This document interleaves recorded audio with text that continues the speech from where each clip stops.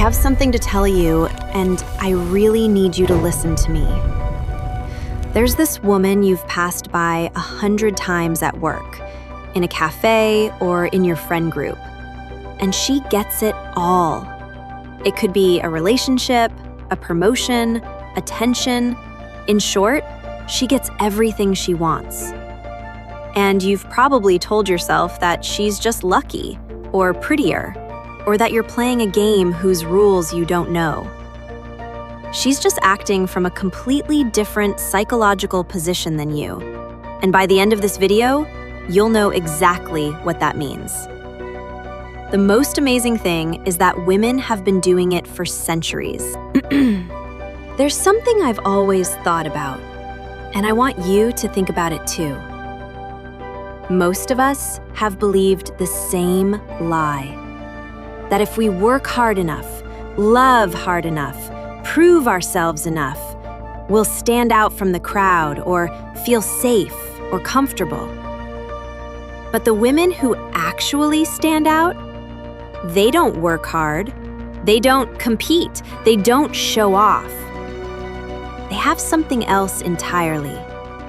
It's not a secret what it is, it's just rare. I'm not going to tell you what it is. I'm going to prove it to you through two women from different centuries. What they understood is exactly what you need to understand today if you want your life to feel different. This video is not a history lesson. We use history as evidence in our videos. I would like to start by asking you something. Have you ever walked past one of those boutiques with a heavy door and a small golden bell on it? The kind where you can't see inside and only a single dress is displayed in the window, illuminated like a work of art? You probably didn't go in. Most of us don't. There is such an aura in those places that you feel as if you need a special invitation just to step inside. Now imagine the exact opposite. An ordinary store on a busy street. Its doors are wide open, practically screaming for you to enter. Music is blaring. There are signs everywhere shouting, 50% off, 60% off. You walk in, and within 10 seconds, a saleswoman appears by your side. She gives you an incredibly artificial smile and tells you that everything looks great on you. And you leave that place with a bag full of things you didn't even want. Now, there is a point I truly want you to understand. Your life is one of these two stores. It is either a discount rack where anyone can come and take whatever they want, or a closed-door boutique where the owner decides who gets to enter. And this isn't about money. It's about a mindset. Women who get everything they want live their entire lives exactly like that boutique. They don't stand at the door begging to be let in. They are the ones standing on the other side of the door, making the decisions. They don't ask questions like, how can I make him like me? What should I do so they pick me? How can I prove I belong here? They ask only one question. Does this meet my standards? That is where the entire difference lies. Everyone else chases, she chooses. And I want to show you how powerful this single shift in perspective is. Let's look at examples of this throughout history. King Edward VIII of England gives up his throne, his crown, his empire, everything. And he does it for a woman named Wallis Simpson. Now, wait a minute, because everyone remembers this as a love story, but it's not. It's a psychological story, and once you see it, you'll never forget it. Wallis was American. She had been divorced twice. She wasn't particularly beautiful. I'm not saying that, but the British press at the time called her not that beautiful. She had no title, no wealth, no family connections. By every standard by which a woman was measured in aristocratic London in the 1930s, She was last in line. So why did he choose her? Why did he choose her over all the princesses, over every eligible woman in Europe? Here's the story that almost no one tells you. When Wallis first met Edward in a country house in 1931, he asked the most anticipated, the most boring question. Asked if she missed American central heating in these cold English homes. Every American woman he met faced the same question. Instead of smiling politely like every other woman in the room, Wallis looked at him and said something like this: "Sir, you disappoint me. I expected something more original from the Prince of Wales." She protested him slightly, openly, on their first date. And that was that moment, because for the first time in his royal life, Edward met a woman who was not a role model, a woman with a standard that he had to rise to and reach. All the other women in that empire were wondering, how do I get him to see me? How do I get him to choose me? But Wallis was wondering, do I meet my standards? And his nervous system, which had been drowned in flattery all his life, immediately recognized her as something he had never had. A woman who was not available by default. 5 years later, he abdicated, not his lover. Wallis never played a role. That's why she was chosen.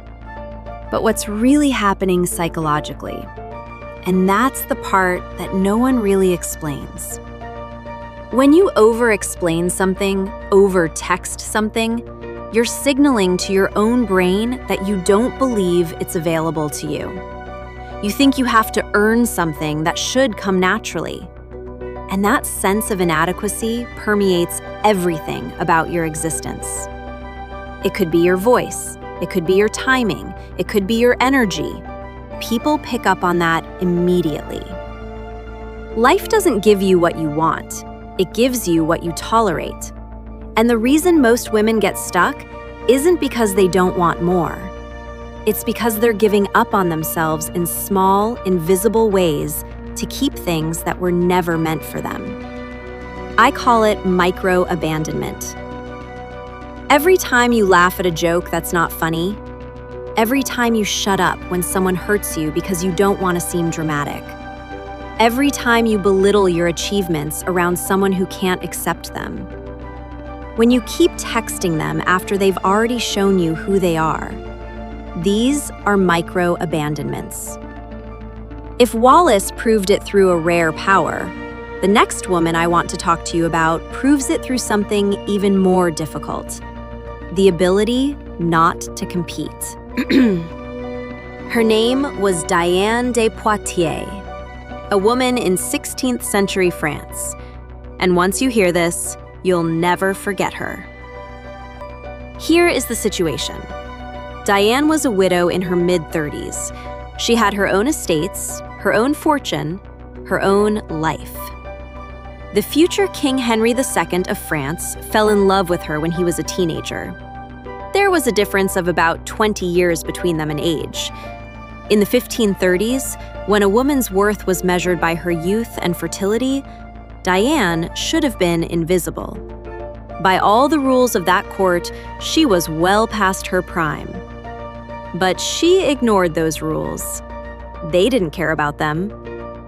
In 1547, Henry became King of France, and that same year, he married a young princess named Catherine de' Medici. They were 14 when they first became engaged. The couple was politically perfect, and she had everything a queen should have. She was young and fertile. Now, this is where most women go wrong. Whether it was today or a few centuries ago, most women would have panicked and started competing when faced with such a situation. Diane did the opposite. She didn't fight Catherine. She didn't try to outdo her at court. She didn't beg for comfort. She just continued to be herself. She rode her horse early in the morning. She managed her estates. She read, and she never acted like she was at a race. As a result, Henry spent the next 12 years, his entire reign, doting on her. He gave her the castle of Chenonceau, one of the most beautiful castles in France. He gave her jewels that were technically supposed to belong to the queen. He wore her favorite colors of black and white to every battle he fought. When he died in a jousting accident in 1559, Diane's ribbon was still attached to his armor. Catherine was queen. Catherine had the title, the children, the legitimacy. On paper, she had everything. Yet for 25 years, she was invisible in her own court because Diane simply refused to compete. Diane never acted like a stunt double. As a result, the king never treated her like a stunt double. A girl in my old university group once said something I have never forgotten. I no longer fight for a seat at the tables I should be sitting at. That's the whole point in one sentence. Now, let's bring this up to the present day, because if it's in the history books, none of this matters. I'm sure you've had a moment of choice in your life, like these two women, but you don't realize it. You'll either lower yourself or keep your standards high. Maybe you have a guy who hasn't been serious with you for a few months, and you make excuses like he's busy, he's stressed, or he doesn't like texting, and so on. But your girlfriend is telling you the truth, but you're defending that guy, so you're deceiving yourself. Does that sound familiar? Maybe you're working twice as hard at work, but not getting the credit you deserve. You keep telling yourself that this time you'll tell your boss, but you don't. And you make up lies to yourself that it's not the right time. The real reason is that you're afraid to say no. Maybe you have a girlfriend who makes you feel bad after every date. She only celebrates you when you fail. Or a group chat where the jokes are secretly about you and you laugh along anyway. These situations ask you a question.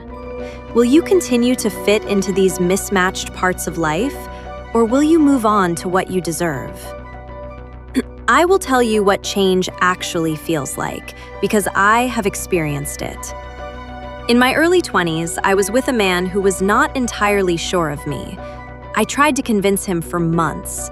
I changed the way I dressed, I changed the way I texted, I laughed at things that weren't funny. I diminished myself in 100 invisible ways. I woke up one morning and didn't recognize the woman in the mirror. I quietly broke up with him that day. Within a year, my whole life seemed different because I finally seemed different to myself first. The outside world always rearranges itself according to your internal standards. That's what I want you to understand in this video. You don't have to be someone new. You don't have to be colder, more rigid, more manipulative. You just have to stop being there for things that were never meant for you. Wallis didn't run for the king in 1931, but the king came. Diane didn't run for the throne in 1547. She refused to run, and the throne revolved around her anyway. They weren't special. They weren't magical. They just refused to audition for the lives that were already theirs.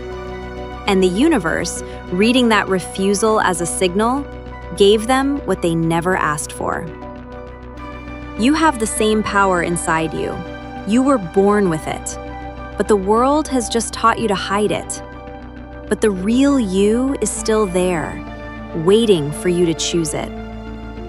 And the moment you do, everything in your life begins to rearrange. See you in the next video.